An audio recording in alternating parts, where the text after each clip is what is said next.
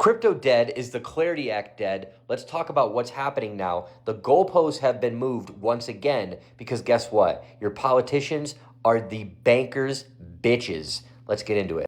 So Senator Thom Tillis of North Carolina, who is the banker's bitch, who doesn't like Donald Trump, he's not up for re-election, so he could give a shit what you and I think. His constituents don't matter because he doesn't give a shit. He's not getting re-elected. He's retiring. So he said he's not voting for anything, not Kevin Warsh, not the crypto bill, nothing until we drop the case against who? Jerome Powell. So what did Jeanine Pirro do?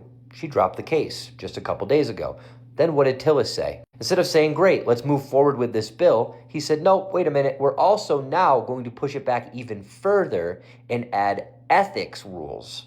Tillis recently introduced a new red line.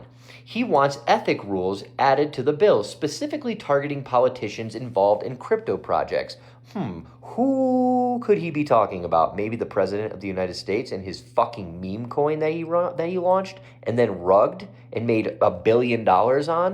Look, having ethics rules is a great thing. We need that. But why didn't he bring this up last year? Why was this not a conversation over the last 6 to 12 months? Why is he just adding this now? He's moving the goalpost because he's a banker's bitch. He doesn't want this to pass. As much as he may say he does, no, he doesn't.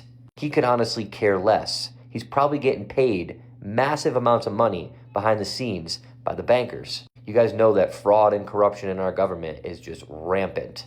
Republican, Democrat, it does not matter. He says he still supports the bill, but refuses to rush it, adding conditions and negotiation leverages. This is where I get a little bit more angry about it. They say that this is not necessarily bearish, it's structural. This isn't killing the bill. He's making sure that it survives politically. Okay, it doesn't get rejected later. Well, it's not going to get rejected later. They would just amend things. But then it goes on to say this is going to satisfy both the banks and crypto. Meaning it's going to satisfy the bankers, the people that are already rich as fuck, extracting all of our money, giving us no rate of return on our money, but loaning money at 10, 20, 30%, or the crypto firms that are also making billions of dollars. Not one thing is said about us, about the people. And this is what it's actually about. It should be about us and how it's going to benefit the people of America, not the bankers, not the crypto companies, me and you. Welcome to the Hunger Games. Here are the honest odds. It's probably somewhere between a 40 to 60% chance that this bill passes before the midterms. Here's the big risk, though. If they keep delaying this to the midterms and the Republicans lose the midterms, this bill may be squashed altogether. Why? Because people like Elizabeth Warren will somehow find a way to take control, especially if the Democrats win the House or the Senate or both. And we all know that Elizabeth Warren is literally the banker's bitch. Like, literally. They have her by a leash and they walk her around like a fucking dog. Now, the bad part to this, the really bad part to this is that if it doesn't pass before midterms, this could go into 2027 or 2028 or even 2030, depending on what happens with the presidency, depending on what happens in the midterms. You and I, we wonder why our bags keep getting cooked. Well, it's because there is no market structure. There is no urgency.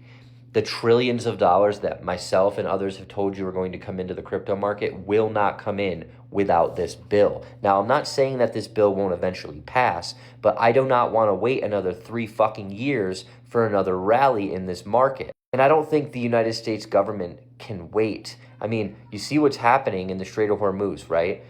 This isn't about nuclear weapons anymore. It's always been the excuse, the fear mongering. This is about oil and cryptocurrency and sanctions. Yeah, bet you didn't know that. But how do you think Iran has been paying for their operations for years? They've been using cryptocurrency. See, the United States government sanctions countries because we control the financial system, but we don't control the crypto financial system. And a lot of that has to do with the fact that there's no clarity, so we can't get control of it. It's very clear that the rest of the world that's against the U.S., against the dollar hegemony, is going to start building on the blockchain and using the blockchain for their own good. So we need to be a superpower in crypto, or else another country will. And that is just a fact. And the longer that we delay this, the worse that it gets. You push innovation offshore. We want companies building here. We don't want companies building in China or Dubai or anywhere else in the world. We want companies building on the blockchain in the US. Just like the Telecommunications Act, we wanted the internet companies building here. And what did we get? We got Microsoft, Amazon, Tesla, yada, yada, yada. Google goes on and on and on. These are the things that make our country powerful. If we push them offshore because we can't figure out regulation, that is only going to hurt you and I in the US dollar and innovation in the US. If you're wondering why your bags keep on falling, there's your reason. Now, specifically today, it is Wednesday. Let me look at the date. April 29th. And I looked, my altcoins are just bleeding slowly since yesterday and today. And well, we have a Fed chair meeting with Jerome Powell coming up at 2 o'clock. And crypto, for some reason, always dumps when the Fed chair comes on. It's like you would think we already know he's going to not raise rates. He's going to keep them the same, right? So we already know the answer. Why are the markets dumping? Well, that's where longs and shorts come into play, and liquidity and blah, blah, blah. It'll be short-term volatility. We'll probably pump back up after he speaks. So in the short term, guys, it's going to be bloody. It's going to suck. We've been talking about this. I was on the Matt Gates show a couple weeks ago, and I said, Matt, the reality of it is the next 3 to 6 months, it's going to be rocky. It's probably going to be a great time to buy, but it's going to be painful. We get the Clarity Act before midterms. You could expect that the second half of the Trump presidency, 2027, 2028, is going to be absolutely epic for crypto. But if we don't, not that crypto can't succeed, but I don't think it's going to be as big as we want. We're going to have to wait until this act passes. Remember, it's the same thing. If you go look at what happened in 1996 with the Telecom Act, that's where we are with this bill. Now, it has to be done right, but the question is, are they pushing it past midterms because they want certain things done to it? Are they trying to hurt the president? Are they trying to go after the president with these ethic reforms? Because why wouldn't they have put them in before? Or do they really not want to rush this bill because they want to do it right? We'll see. Let me know what you guys think in the comments. Make sure you guys like, share, follow. See you guys soon.